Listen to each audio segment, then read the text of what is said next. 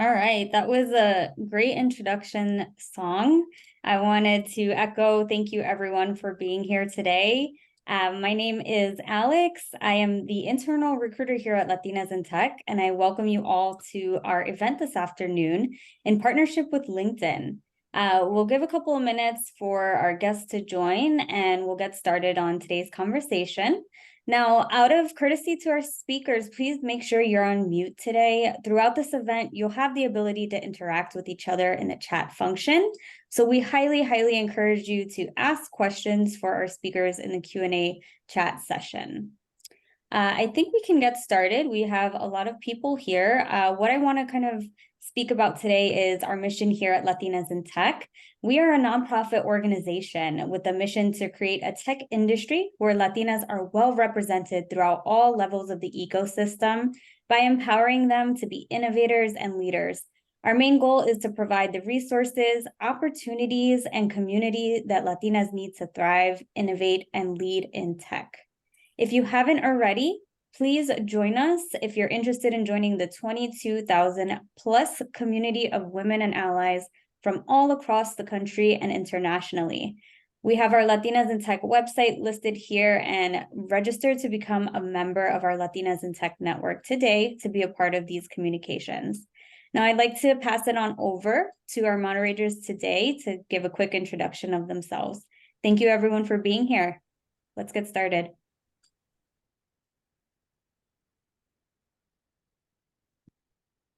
Hi, everyone. My name is LeAnn Chaparro. My pronouns are she, her. I am a senior recruiter with LinkedIn. I sit in our global business organization that supports mainly our sales recruiting. Thank you again for coming to our session with Latinas in Tech, and thank you to the Latinas in Tech team for our continued partnership and for all of the hard work and thoughtfulness that you put into bringing this discussion to this group today. Evelyn and I are so honored to host this panel on behalf of LinkedIn. As a company, LinkedIn is committed to equitable access to our jobs and to hiring the most qualified and diverse talent. Through partnerships like this with Latinas in Tech, we're putting that commitment into action. And given that our company's vision is economic opportunity for every member of the global workforce, we get to act on our diversity and equity priorities in alignment with the company's core priorities. And with that, we were also very excited to offer quite a few giveaways. I don't know if you noticed that. And I'll pass it over to Evelyn to talk about the giveaways in a minute. Two quick reminders before we get started. You needed to be pre-registered and attend this panel in order to be eligible for one of the prizes. And number two, we are recording this event and encourage you to network amongst each other and ask your questions in the chat for Q&A at the end. Evelyn? Thanks, LeAnn. Hey, everyone. ¿Cómo están todos, mi gente? My name is Evelyn Garcia, and my pronouns are she and her. I'm based in New York City, and I am a recruiting coordinator within our global business recruiting team, and I'm super excited to co-host this event with LeAnn. As LeAnn mentioned, there will be giveaways, and you needed to pre-register and attend this panel to be eligible for this. If you can go into the next slide, please. So here are the following giveaways that we have. So 1 of 7 will be able to have a 1-hour executive coaching sessions with Latina Vida.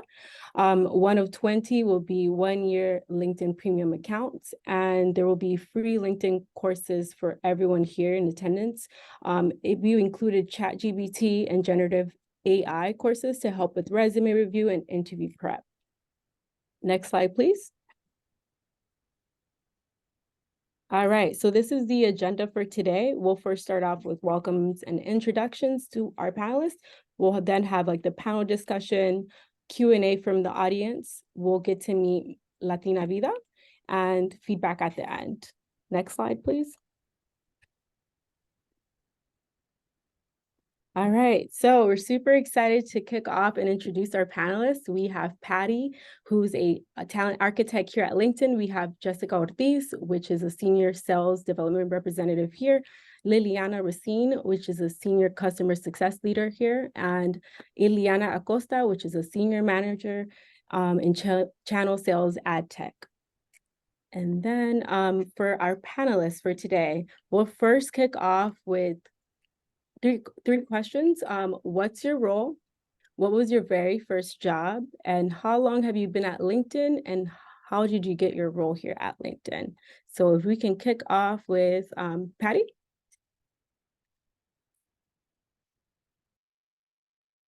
Oh, you're on mute, Patty.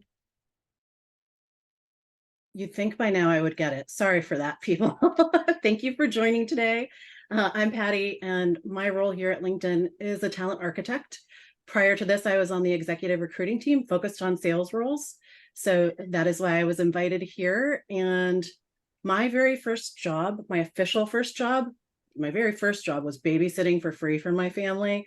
But my technically, like the one I got paid for, was working in men's shirts and ties at Dillard's. And I have been at LinkedIn just about 3 years and coming up in March. And my role, I got my role because a recruiter reached out to me, a sourcer reached out to me about an opportunity here. And we had a great conversation, and it led to an opportunity on the sales recruiting team. Nice. We can kick it all over to Illianna. Hi, everyone. Illianna Acosta here. I am a senior manager on our channel sales team within our LinkedIn Marketing Solutions business. I'm also the former global co-chair of our Hispanics of LinkedIn Alliance, ERG.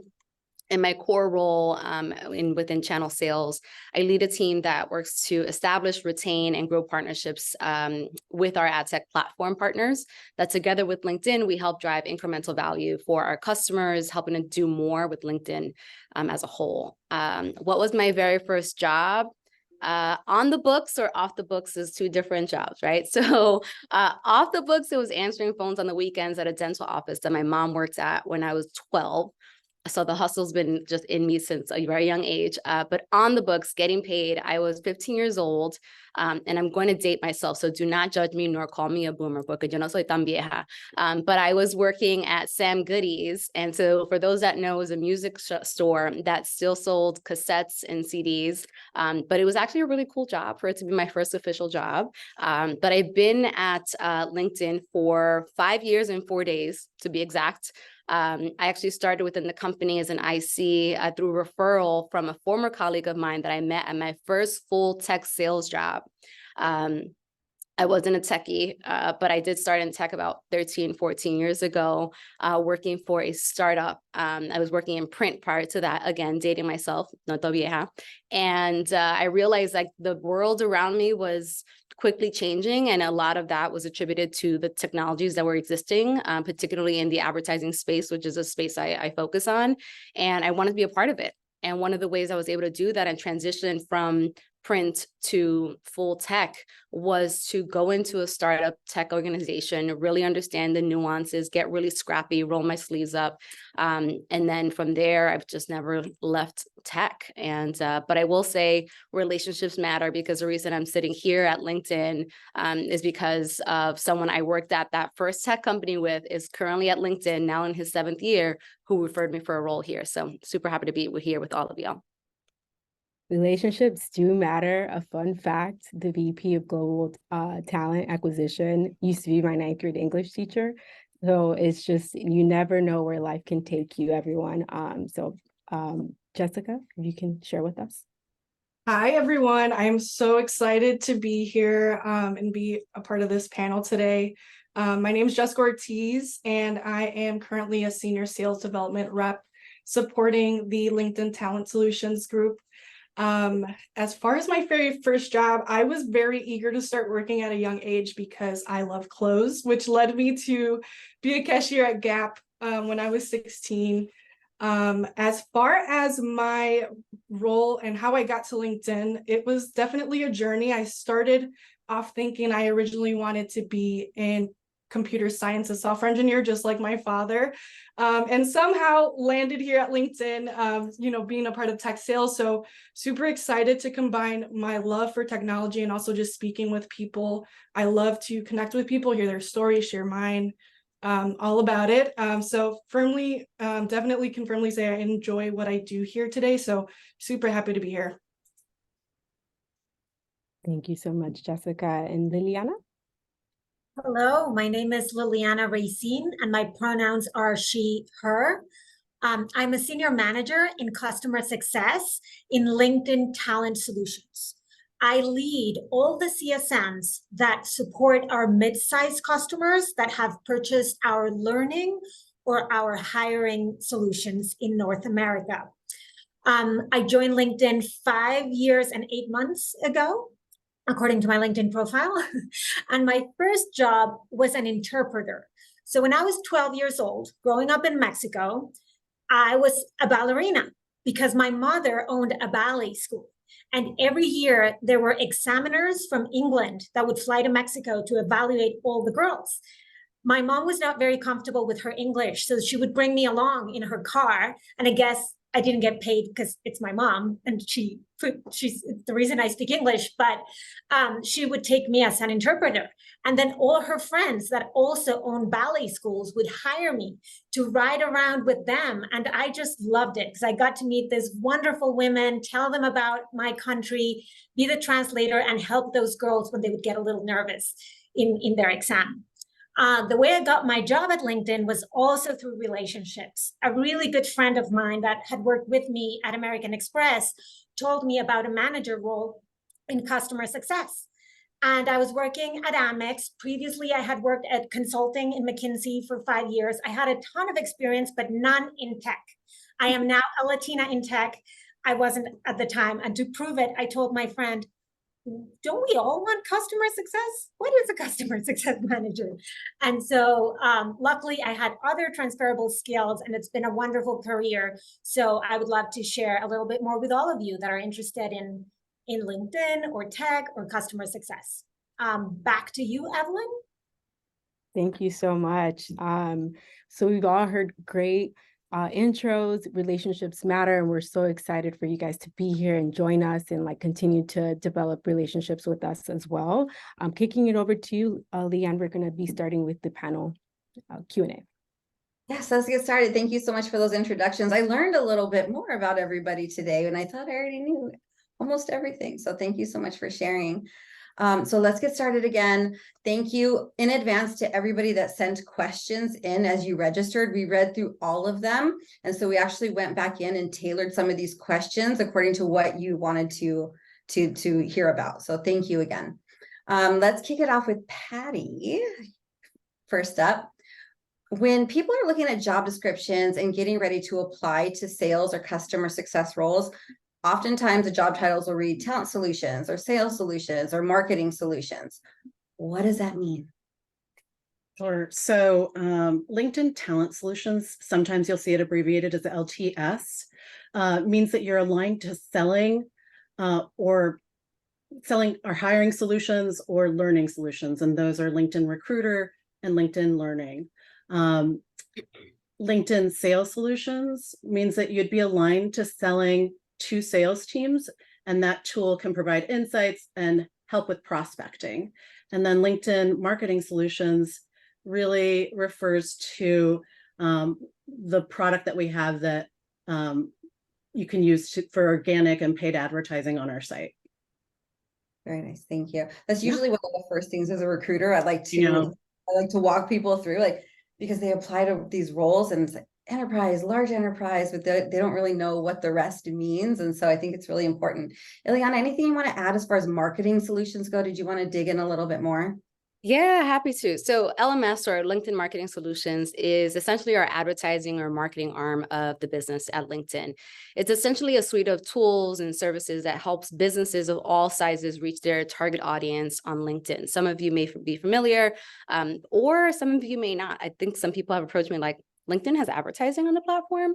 We absolutely do. We just try to make it really organic, and we really, really focus on the member experience on the platform. But our marketing solutions can be used to achieve a number of marketing goals by marketers. So like generating leads, building brand awareness, driving traffic website, increasing engagement, and essentially just helping marketers ensure that they're meeting their marketing goals and objectives in a really meaningful way on the platform. Thank you so much. So just to recap, when you are applying for a role in sales and customer success at LinkedIn, the job description will read talent solutions, sales solutions, or marketing solutions. So that will basically tell you what you're selling or supporting. Let's stick with you, Illiana. You manage a team of salespeople in our marketing solutions org. Can you tell us a little bit more what you look for when you're looking to hire salespeople in marketing solutions? Yeah, absolutely. The first thing I'll say is that I know that people have been putting in the chat about transferable skills. You do not have to have tech experience to work in tech. So I will just say that, like, I think a large percent of the time people stray away from applying for tech roles or any role that you might be interested if you don't fit the bill 100%. I wouldn't worry too much about that. I would worry about, do you have transferable skills or skills that you can transfer to any industry or role, right? If you can do the job because you do a similar job in other places, it's how you tell the story and how can you connect the dots. So I always say, like, find the red thread to weave into your narrative and how it can relate to the role that you're applying for or the organization. But when I look for salespeople on my team, I look for somebody with a growth mindset versus a fixed one. That is like number one. If you are so fixed on, like, I know all the things, there's nothing you can tell me that's new, etc., like, that likely wouldn't work on my team nor in many other teams, because there's, especially in tech, like, it's always evolving. There's things changing every single day. And like, I've been here 5 years and I'm still learning. Like, I love that, right? Because it makes me feel like I want more, have an appetite and hunger for more. So that's one, always be open to growing, learning, innovating. Having the ability to build relationships in sales, like, especially within our marketing solutions or any sales role, really, you need to be able to build a strong relationship with our customers. And that includes being able to understand their needs, how to build trust and rapport with them, and be a trusted advisor for their business. Another thing is around, like, problem solving skills. Can you be a consultant to their business? Can you help to identify and solve our customers' problems with our suite of products? And that takes the skill to be able to think critically and creatively, right? Again, I'm not saying anything that's specific to only salespeople. These things can be with multiple roles in different industries. I lead a global team that works with global counterparts in Asia Pac, in EMEA, and so European region. And it's critical to be able to have strong teamwork skills. It's important to have strong collaboration skills. Communication is huge, being able to communicate effectively, because we're communicating things that happen in North America with other regions. And a lot of this stuff is, we need them to take action in order to expand our business globally. And on my team particularly, we work with a lot of cross-functional teams. So having that, the skill of strong collaboration and communication skills is important. And then I'll end with, like, be a good human. People want to do good work with good people, right? We have our LinkedIn core values, and I can say that on my team, we honor and live by them every single day, in and out of work. Like, that's just who we are as people. And so I would just, encourage you to do some self-reflection, right? Make sure that you're aligning yourself with organizations that speak to you and your core values as well. That was beautiful. Illiana just gave everybody the blueprint on how to interview at LinkedIn as well. Every single thing that she just said, we ask for in our first round phone screens, in our hiring manager phone screens, and then when you get to panel rounds, so that's essentially the cadence of interviewing here. Absolutely, 100%. Lilliana, anything that you'd like to add? And from a customer success lens, like, what do you look for when you're interviewing? Well, similar to what Illiana just said, there are so many transferable skills. And I had at the top growth mindset also, because everything will change and it will never stop changing. So it's the individuals that will figure it out. The individuals that will also be change agent and will actually extend their hand to help their peers that maybe are struggling with the latest change that really are successful here. I also look for effective communication. We look for time management. You will have a book of business, and in my team, it's between 80 and 100 customers. So you need to be able to really manage your time and prioritize effectively. You need to be phenomenal at active listening, because you need to understand that customer, what is being unsaid. And one of the hardest ones is to be a challenger. Sometimes our role is to hold our customers accountable for certain actions that they have to take, right? When you're working in SaaS, your customers need to take a lot of the actions. And as a CSM, you're guiding them through them, but they're very busy. So many times they just won't do what you had agreed upon. And so you have to be that challenger that paints the picture of inaction and drives them towards prioritizing the usage of your product. But all the other skills that Illianna said, the same on our end in customer success. I love that. Thank you. And again, have your stories ready to go when you are interviewing with a recruiter, with a hiring manager, with a panel. Have your stories around growth mindset and change agent and everything that everybody just mentioned now.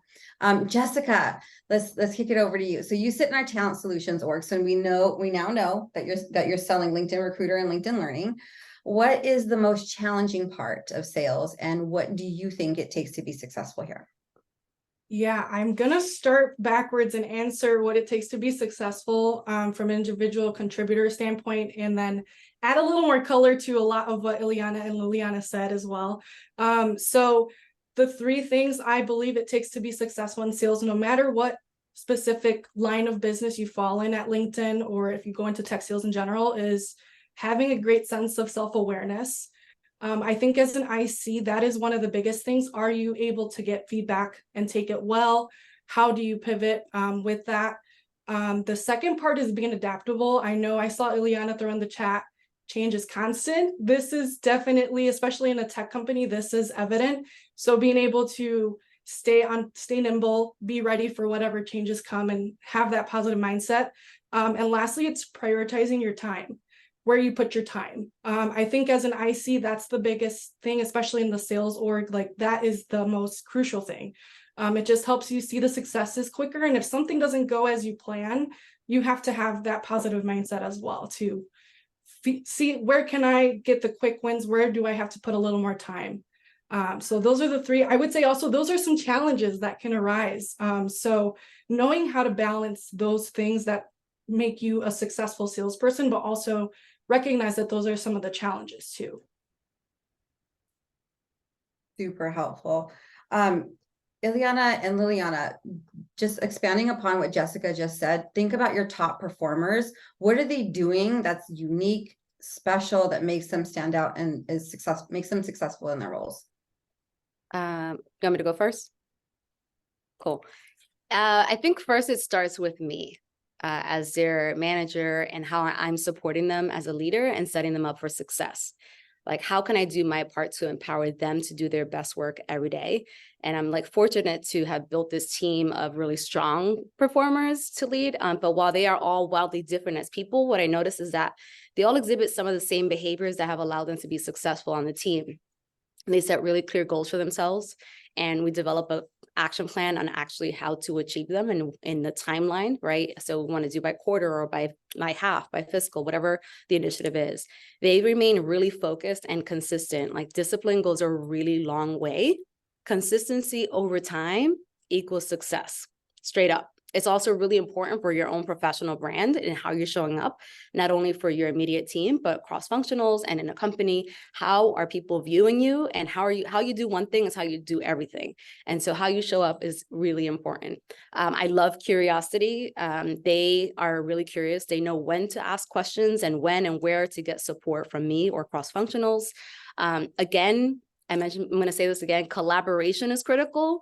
We're a global channel team. And so that means we're meeting with teams across the world in EMEA and Asia Pac, and we have meetings at all times a day. And so prioritization, I love that Lilana said that. Prioritization is really important. And understanding time management is really important because we're working with different time zones.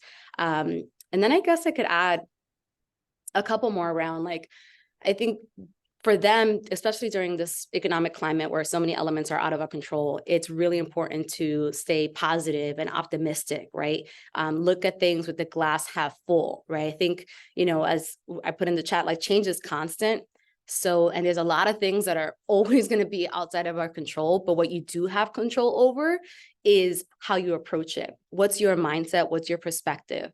And so you could either be like, I'm so frustrated, this is horrible, I'm out. Or you could be like, okay, a little uncomfortable, but like, hey, we could pivot and do this instead for now. Let's think of a different way to approach. We still have goals to hit on the sales team. And so like it might be a little uncomfortable, but we still have to navigate through it. And so I think, as a whole, they do all these amazing things on top of looking for ways to invest in their own growth and development, whether it be through stretch assignments or working to get mentors across the organization or working in the DEI space, with the ERGs or social impact. So things that can fill their cup so that they can be that much more fulfilled in the company as people, so that they perform that much stronger on the team.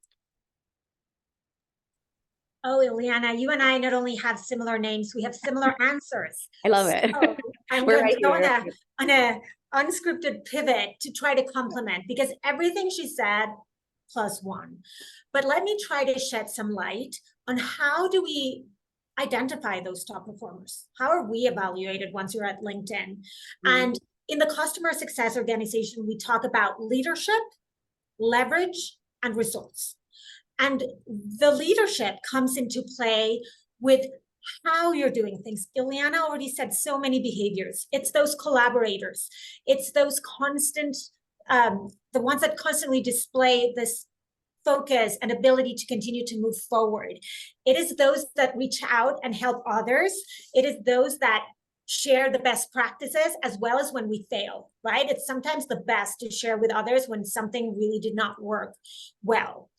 When I think about leverage at LinkedIn, is doing things better, faster, and truly empowering others to bottle that magic formula. So when somebody has a playbook that worked and takes the time to just tell the bullets, or share the script and make sure that other segments, other parts of the business understand how that helped our customers, to me, that is leverage. Somebody that's making a successful 10x.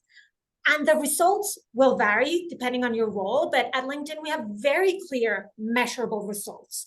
And it's funny because it's the people that are doing all the things that Illianna described that hit and surpass those goals. In customer success, we have certain numbers of touch points, customer activities, documenting their goals, outreach, and it is time and time again those individuals that perform those first two things that ultimately exceed results.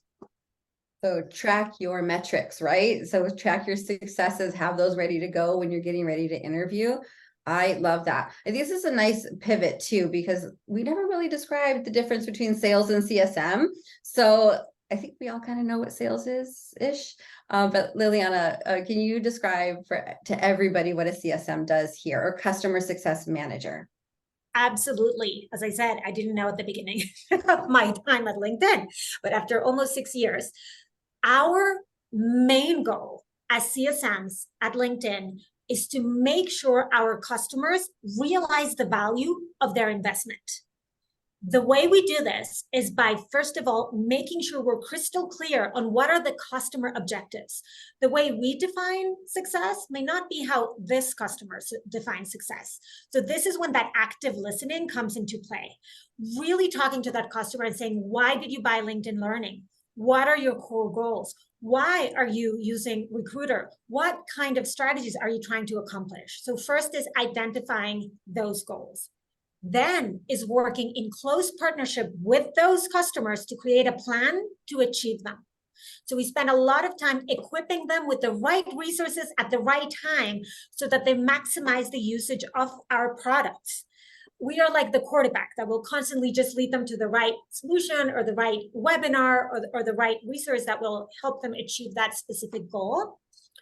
We also review how they're doing on that plan. And sometimes we get to showcase and celebrate the progress. It's very easy, but many times we have to be those challengers that just hold them accountable because not all the progress has been made. And we want to make sure we're helping them get there.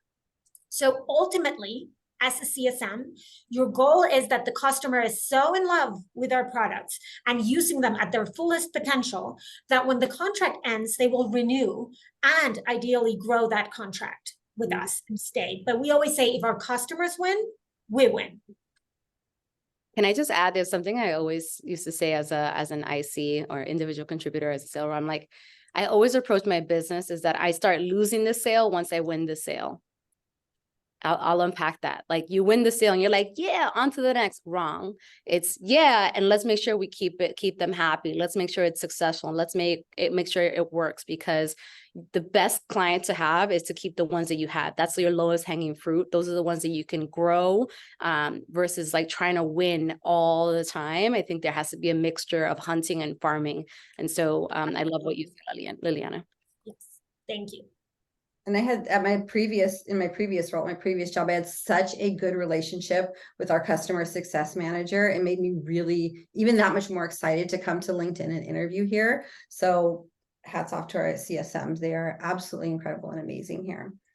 Patty, I haven't forgotten about you. Let's go back to talking about resumes. What should people include as they're looking to get into sales or customer success roles here? What should they omit? Maybe even what questions you asked during a first round phone screen. Sure. So as for resume, I mean, it's a document that showcases your professional history, right? So you want to make sure that you're continuously iterating on that, making it better. You know, I think a lot of people get into the habit of, I started my job, I've been here for 5 years, I'm not going to look at my resume until that 5th year is done and I'm about to get a new role. And I think it's just a document that you should pay attention to. But what I look for in sales, I'm looking for your high-level achievements and any awards or accolades that you've won. If you're leading teams, you know, maybe what's the size of the team that you're currently leading, just a document that reflects the scope of the work that you've been doing, right? And focus on less tactical things. Like when I first started out, I was a leader in sales. And one of the things I had on my resume was, you know, meet with my team for one-on-ones and little things like that that aren't relative. They're assuming you're doing that already. But like what I changed it to were my achievements. Hey, I won President's Club. Hey, by the way, you know, my team has grown from, you know, year over year, we've done 20% better than year before. So those are the things that you want to kind of highlight, just your achievements, et cetera. And I think the next question you asked me, like questions that I ask in a first round interview, you know, I really want to understand what the candidate's goal is, because, you know, they might apply for something because they're in a rush to get into a new role before they feel like their time is up. And I really want to understand what your dream role is as a next step, whether it's at your current company or in a future role. I'm as the recruiter trying to determine where I can introduce you, who I could introduce you to at our company that makes sense for you and your actual preferences. I love that. That is something that I ask 100% of the time. Why this role? Why LinkedIn? Why now? I also want to make sure this is the next big step for you too. Like it's going to be a good fit for you. Jessica, do you remember your first interview with the recruiter? Yes. So I want to shed some light too that my role is definitely the like entry level role into the sales org at LinkedIn. And not only is it for talent solutions, but also for sales solutions, just as a heads up there. But essentially the first interview process at LinkedIn, it was definitely interesting. I haven't had a process like it before. They were very supportive. They want you to do well. And there was specifically 3 stages. The initial stage, of course, is a recruiter screen. Second stage was a one-on-one with the hiring manager, which is more behavioral questions. And then the last round is a panel interview. Typically, they'll have more than 2 managers on the same team. And they will give you a prompt. So they really want you to come at this panel interview ready, show your, you know, your personality, number one. And secondly, too, they love stories. I know you keep hearing the word stories throughout our conversation today. So definitely bring your stories and add the color that you want to the interview. Anybody want to touch on behavior-based interviewing and what that means for behavioral interviews? If not, I can take that one. Why don't you take it as a recruiter? I feel like you're recruiter. We like stories. We talk about storytelling here. When we get hired here, most of us will take a storytelling class and continue talking about that at least a couple of times a year. And we add to our stories all the time. But behavior-based interviewing is like, tell me about a time when, or tell me about the specific instance in your background. So it's really, really important that you have those stories ready to go during every single step. Can I add on and I'm sure everyone will have something to add, but when you're interviewing, whether it be at LinkedIn or any company, it is really important that you're not like, I remember this time I did X, but you don't tie it to what did you actually do, not the whole team, and what were the actual results that came out of that, right? Like tell the story on what you did, how you got there, and what were the results. And within that, this is a key, we're looking at like, are they mentioning collaborating with other teams? Are they mentioning like a challenge? And then are they overcoming that? How do they overcome it? Does the behavior change and work? You know, how are they getting like flustered, because it happens, and as they're recalling that incident, really, and then that's why getting ready for interviews is so important, that you practice some of these common questions that come up, and practice like those examples that you want to highlight that show what superstar you are, because that's what's going to help you stand out. It's so important. Think about a story, right? So it has a beginning, it has a plot, and it has like the end, like happy ending, right? Like have your results. A story without an ending is not enough. I'm going to add on to that, Illiana. I completely agree. I think I always tell candidates when they're preparing for interviews here, make sure that you are thinking about storytelling, because they're evaluating you on how you tell and sell your story. But additionally, support all of your examples with data. And think about I versus we statements, like Illiana just mentioned. I think we default automatically. I think we're all in such collaboration like mode, I guess, more at work, that we're defaulting to we statements a lot of the time. And when you have led a work stream or you have personally led an initiative, I want to hear an I come out of you, right? And the leader's going to want to hear that too, because they won't know that you led that unless you specify it. Beautiful. Absolutely 100% +1 to everything that everybody just said. Thank you so much for sharing. We have time for maybe one more minute and then we'll go to Q&A. Let's talk LinkedIn profiles. We all look at LinkedIn profiles. We all have LinkedIn profiles as hiring managers, as recruiters, as people that sit in our sales organization. What do you look for in a LinkedIn profile? Anyone? Anyone? I think the basics first, initially, like, do they have a headshot? Like, and is it like you at a bar?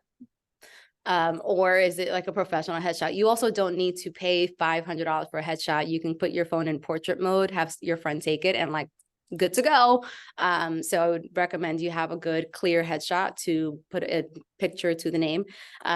Have you taken time to add your employment history on there, or is it just like baseline, your name and your headshot?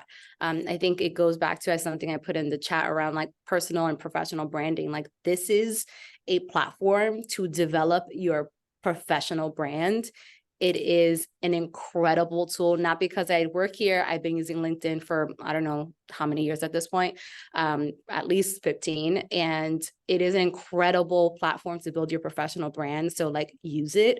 As a hiring manager, I would look at recommendations. What are people saying about you, right? And people who have worked with you and people who have been your peers, et cetera. But I look at those things and that someone didn't just copy and paste their resume into their employment history, because it is not a resume.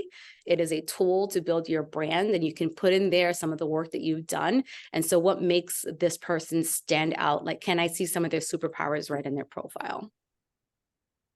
And I look at the summary too of what someone has within their LinkedIn profile. How is it written? What are they excited about, in their career? And if they have like a light personal, anecdote, that's fine. I mean, it shows off your personality as well. So who are you? What are you looking to do? I think that's a really good place to kind of, especially if you don't have a background or someone hasn't applied and you're passively looking to recruit them, that tells you a lot about that individual. Yep. Love that. Anything else to add, Jessica or Lilliana, about LinkedIn profile? +1 to Patty. I'm always intrigued. And I don't know when was the last time our attendees went on your LinkedIn profile, but now we have these AI capabilities that can help you make it crisp and beautiful. And it's fantastic. AI is great. However, it is those unique, very personal little sentences that are added there that tell me something unique about the individual that spark my attention.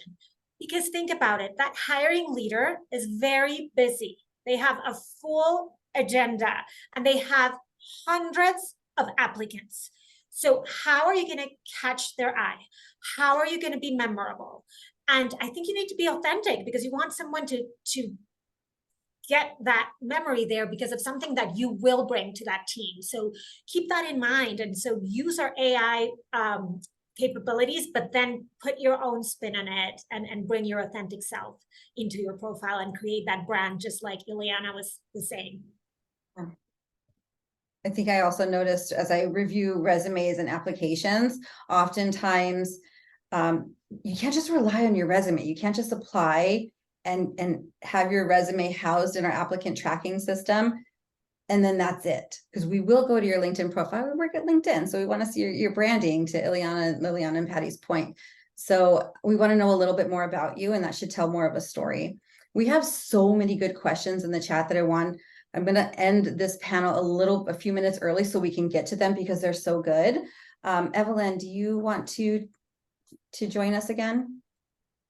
Yes, ma'am. So many All good. right. Super exciting. All these fantastic questions. And I now encourage the audience to go off mute. We would love to hear more questions from you. If anyone can be the brave soul to ask the first question, I am joining you on the spotlight.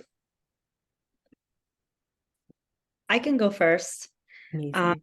Thank you for hosting this. My name is Anna Sophia. I love using LinkedIn. I use it as a campus recruiter. I love using it as a TA in initiatives that we're launching. And one of the things that I've seen in the chat and for my personal experience, I love to pivot into a CSM role from the TA space. And I know you gave us some tips on what we can do for a resume, how we can shine, but I'm also seeing that there's a lot of people that might be interested in pivoting. So I'm wondering, how could we stand out even more as we're trying to land our first role in CSM? I'm happy to take that. I manage CSMs that are working or focused on our hiring products. So many of them came after being recruiters. And that is such a strength because when they talk to their customers, they understand those customers. They know exactly the pain points, the challenges, the frustrations. Sometimes they've used our products and so they already have this product knowledge that immediately is a huge advantage. So I saw also on the chat, somebody was mentioning that they have experience in higher education. We have, that is not my team, but a peer of mine has the customers that are in our academic vertical. So when you come from higher ed, you can now talk to those customers. We have nurses. We have people with all kinds of backgrounds. One of my most successful CSMs, she's not even on my org anymore. She's in our global customer group with our largest customers. She was a librarian, and she's in our learning solutions. And when she introduces herself, she owns her story and she owns why she's here to be the librarian of their dreams. And, she says it in a much better way than me. But I think it's think about how good you're going to be because you've been using our product. And what I would say is own what you don't know. Own that you haven't been in customer success, but say, again, highlight those transferable skills that we talked about, and also talk about how do you plan to cover those gaps. You could say, I've already reached out to 2 CSMs and talked to them about their role. I also took a LinkedIn learning course about customer success and what does that mean? Because that is that growth mindset. It's like, okay, she hasn't had the experience, but she's telling me a plan of how she's going to go about closing that gap. I don't perceive it as a gap at all. Major +1. I couldn't even have said it better. I've seen so many examples of people that have come from financial services to be a rep in the financial services vertical, or teachers who have pivoted into tech in the learning and development team, teaching adults. There are so many transferable skills. Sometimes we're looking at our own, career. We're again, fixated on what we've done. but it takes that growth mindset, like take a different approach. Coming to forums like this and hearing different stories will help you identify like, oh, I can connect this dot or that dot, right? I also would encourage you all, if you don't have already, find mentors. Make sure you have your mix of your board of directors, coaches, mentors, sponsors, and get your allies, have conversations so that you can start thinking about your career in a different way and not so much as a linear, because careers are not like this anymore, right? It's really like a bunch of this. And once you start being comfortable with that, that's when you start really thinking a little bit differently. But I loved your answer, Lilliana. Yeah. Plus one of that, I was also going to mention networking, and then I'm so glad that you did that. And when you're reading through our job descriptions, we will mention a vertical. It might say academic, nonprofit, healthcare, search and staffing, or government. Hey, I remembered all of them. And then, or large enterprise, mid-market, SMB. If your experience falls into one of those categories, apply for the role, and then highlight that. We have a couple of advisors in the group. Thank you so much, Anna. Eva, if you can go ahead and go off mute. Hi, everyone. My name is Eva Lopez, and I'm currently working in medtech sales. So I work specifically with hearing devices. I'm an audiologist myself, so I'm more of a healthcare provider, but I'm really wanting to make the jump into tech sales, specifically something like SaaS, I think you guys call it. Sorry, I'm like newer to this. But software sales, and I'd like to get more into B2B because I'm in B2C right now, more with like direct patient care. So it's been just really hard for me to find like what transferable skills I have. Like I can do sales, I sell to hospitals, surgeons and things like that. But just when I see a lot of these job descriptions, it's just very hard for me to kind of make that connection. So I've been very nervous to apply. I would not be nervous to apply. I think we've all said a variation of a response to that question throughout. I would really find what skills you have that are transferable. Again, finding, to Liliana's point before, if there are gaps in knowledge or skill set, how are you filling those gaps and how are you telling that story? When I tell you there are so many people I know, even at LinkedIn, that did not come from a traditional tech background and did not come from a B2B. This was my first B2B role. And so, again, finding those transferable skills will mean the world of a difference, and get really good at storytelling. Get your story down, write your bullets, boom, boom, boom, and get your story so that when you are talking to the recruiter in your initial phone screen, they will advocate for you to move through the process and get you in front of the hiring manager. You just need to get past the recruiting manager and then be able to get to the hiring manager. I will say that everyone should be super proud of themselves when they even make it to the recruiter, because you are one of the chosen few that have even made it past the hundreds and thousands of applications to get in. Thank you. Amazing. Thank you so much, Eva. And team, I'm super excited. I know that I just dropped in the chat. This is our last live question. For those that still have questions, feel free to drop in the chat. We'll be try our best to answer as possible. We need to move on to our next items on our agenda as we're getting close to time.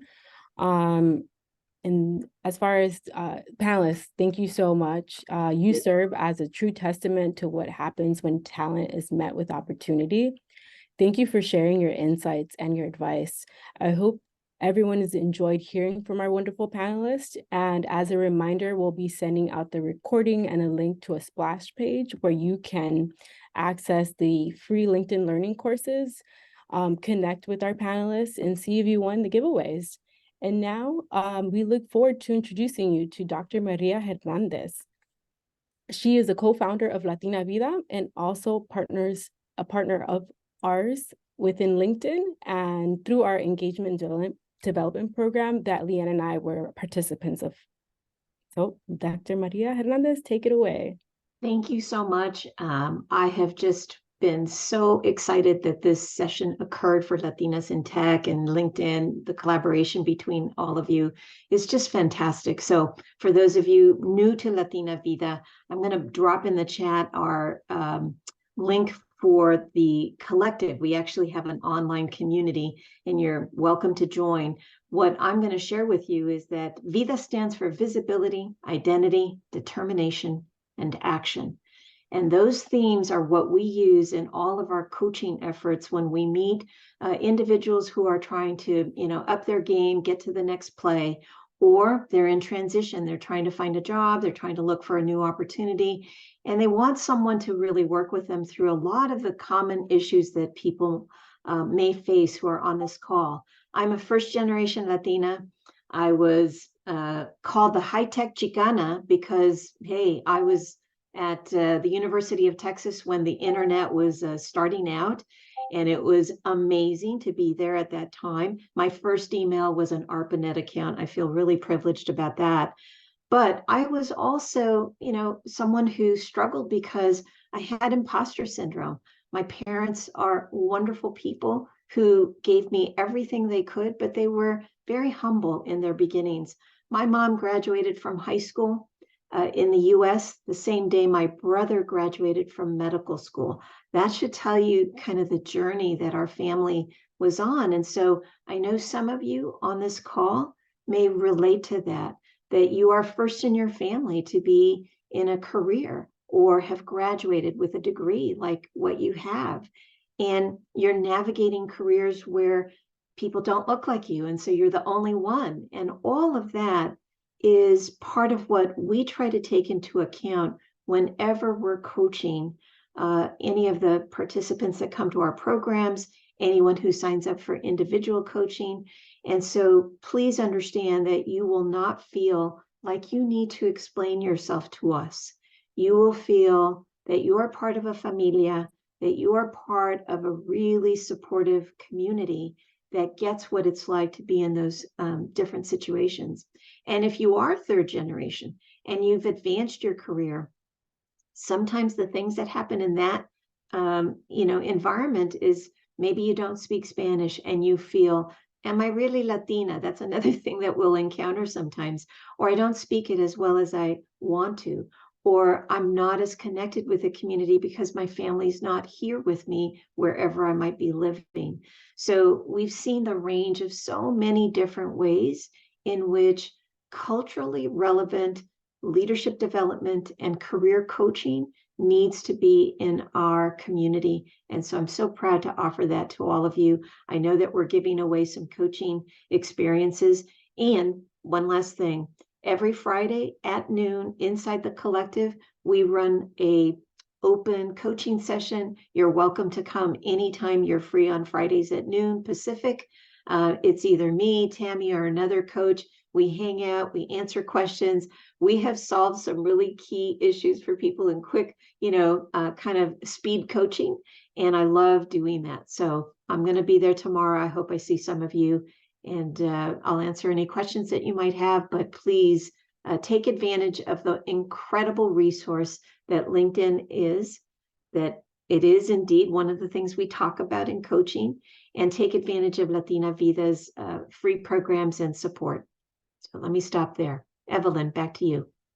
Thank you so much, Dr. Maria. Very inspiring.